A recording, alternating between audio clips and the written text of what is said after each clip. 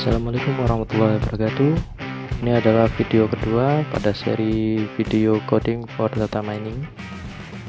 Modul kedua kali ini akan menjelaskan bagaimana cara melakukan coding untuk fungsi klasifikasi dengan KNN pada Rubik ML. Materi kita kali ini adalah yang pertama, kita akan mereview kembali tentang KNN, di mana algoritma ini adalah algoritma yang cukup sederhana untuk melakukan klasifikasi. Mungkin Anda sudah mempelajari pada mata kuliah data mining. Kemudian berikutnya kita akan langsung melakukan coding fungsi klasifikasi KNN dengan menggunakan Rubik ML.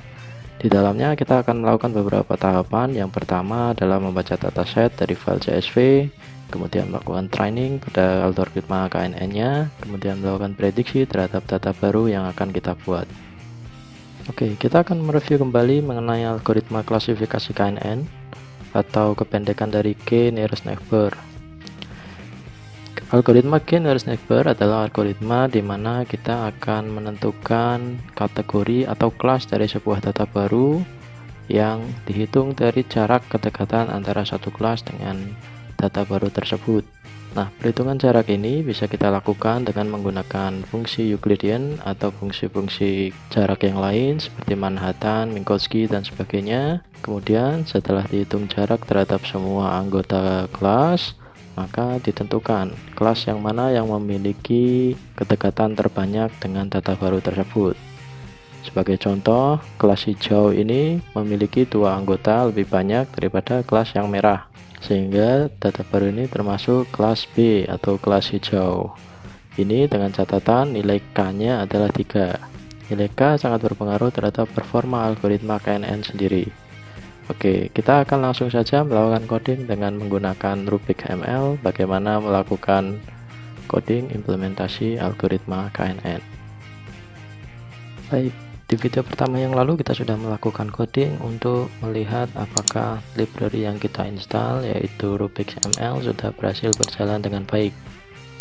Pada video kali ini kita akan membuat satu buah file baru yang kita gunakan untuk melakukan coding implementasi KNN dengan menggunakan Rubik ML.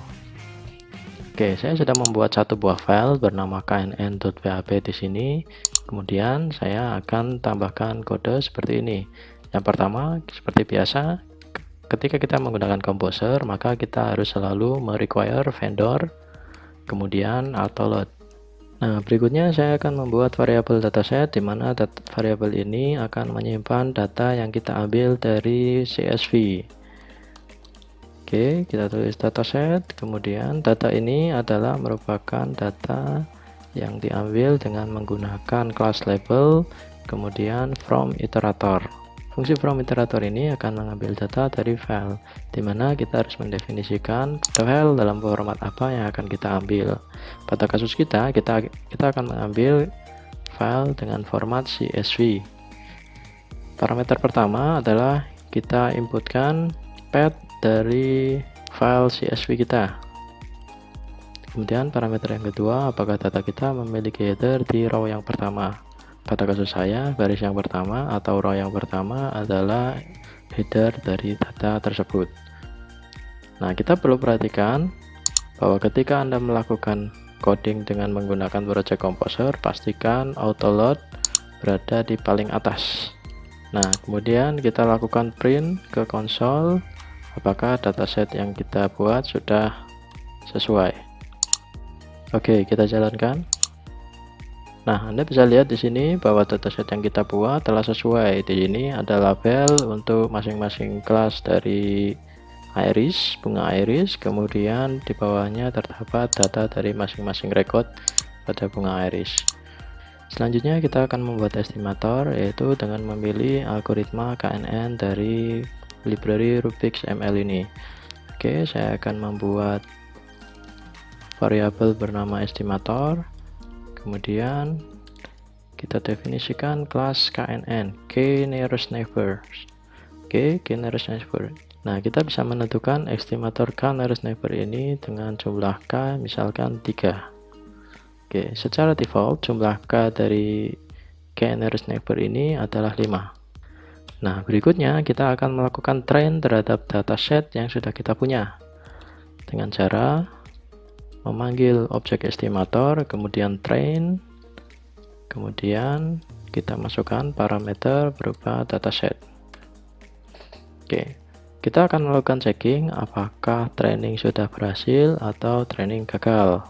Jadi if estimator train, oke, maka kita bisa echo di sini training selesai. Oke, new line. Atau apabila training tidak selesai atau gagal, kita buat kondisi echo training gagal. Oke, sekarang kita coba jalankan kode yang sudah kita buat ini. Nah, Anda akan menemui error exit code 255. Kenapa demikian? Karena pada kelas K-nearest neighbor yang ada di Rubik ML, dia tidak dapat menggunakan dataset berupa kategorikal, di mana dataset yang kita miliki bagian akhirnya atau kolom yang terakhir berupa string. Kita coba lihat.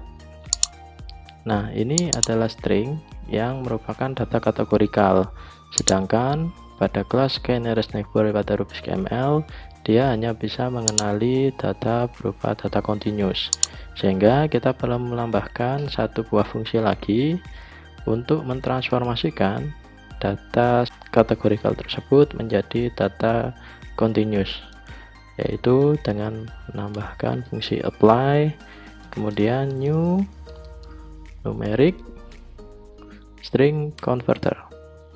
Oke, numeric string converter ini akan merubah data kategorikal menjadi data continuous.